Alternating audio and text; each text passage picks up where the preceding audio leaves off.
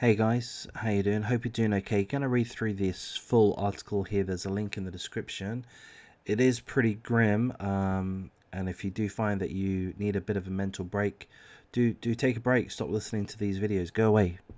Do something else. Perhaps check out one of the friends of the channel at the end of the day. Bella, she does nice live streams on YouTube.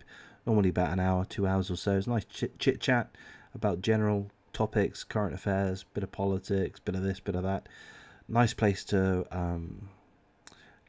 free your mind from such dark topics. If you are looking for somewhere to hang out on YouTube, that's a good place. But I'm gonna read through the full details here. There will be some details in regards to the abuse, so I will provide a trigger warning. A 26-year-old man in New York has been indicted after authorities say he brutally beat his girlfriend's 2-year-old daughter to death at her home in January. It's in regards to Brian Alzinski, this scumbag, and the mother is Savannah Rubano.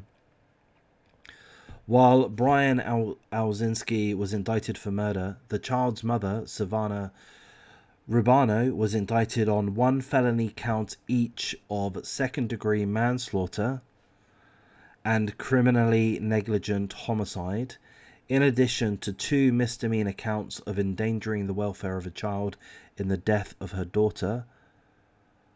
2-year-old daughter was named Amara Campbell. So, give a trigger warning. Shortly we're going to be going through some details of the abuse. Officers with the Fallsburg Police Department and emergency medical technicians at approximately 5:40 p.m. on January the 25th responded to a call about a child not breathing at a home located in the 10 block of Phoenix Lane in Woodburn. First responders reportedly found the child unresponsive and immediately transported her for medical treatment at the Garnet Health Medical Center in Catskills. She was reportedly declared dead shortly after arriving at the facility.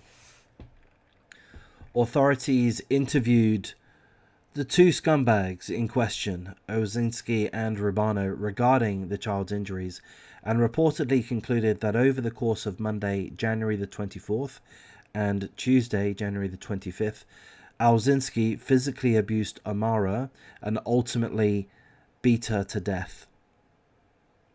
Rubano, the mother, authorities reportedly said, knew that Alzinski was abusing Amara and did nothing to intervene on her daughter's behalf. Alzinski was initially charged with 1 count of felonious assault in the toddler's death, but authorities reportedly upgraded the charge to murder following a completed autopsy that concluded Amara's death was a homicide. Prosecutors reportedly wrote that Alzinski acted with a depraved indifference to human life when he did recklessly engage in conduct which created a grave risk of serious physical injury or death to Amara Campbell. The indictment further alleges that Rubano, the mother's unlawfully poor treatment of Amara, dates back nearly to the girl's birth.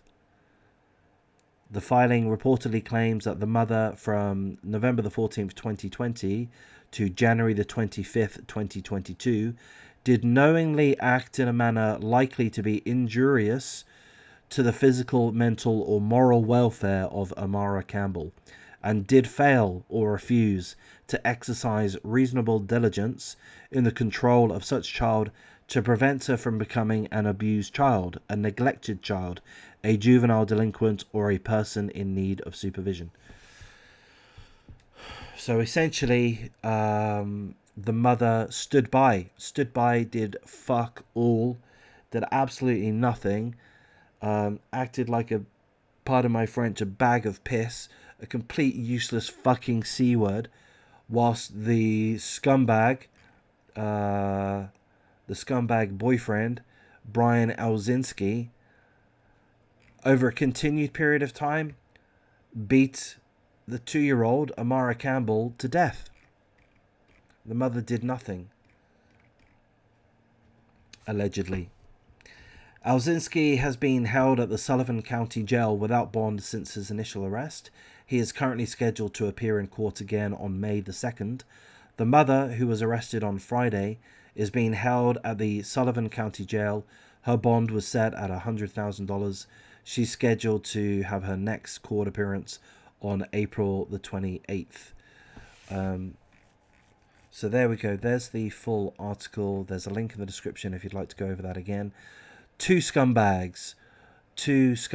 One's an abuser that literally, well, allegedly at least, beat a 2-year-old girl to death, Amara Campbell. And the mother did bullshit, which happens, I guess, in all spectrums of life. In a situation like this is as severe as you can get, quite obviously. But I think we probably, all of us, at a guess, face enabling to some extent or other. People's bad behavior gets enabled, gets excused, gets covered, gets ignored, gets overlooked. So the victims concerned, they don't get any justice. And typically, my belief, I'm not a psychologist, but my belief is that, these abusers, in this case it's a child abuser of the worst kind, but any kind of abuser out there, these things tend to escalate. I'm guessing, I'm not a psychologist, as I say, but my feeling is that this abuse escalates and continues unless there is action taken against them. That's why we do punish. The mother was there to protect her child, and she should have done whatever she needed to have done to protect her child. If that means leaving the family home in the middle of the night, at 3 a.m. in the morning, scuttling off in a taxi, not knowing where you're going to end up, whatever it means, you've got to do it, because you can't. A mother ought not stay with an abuser. Bottom line. I mean, I've said mother. You can flip that around. One partner, one parent should not stay with an abuser. Primarily because of the danger to the child, would be my reasoning.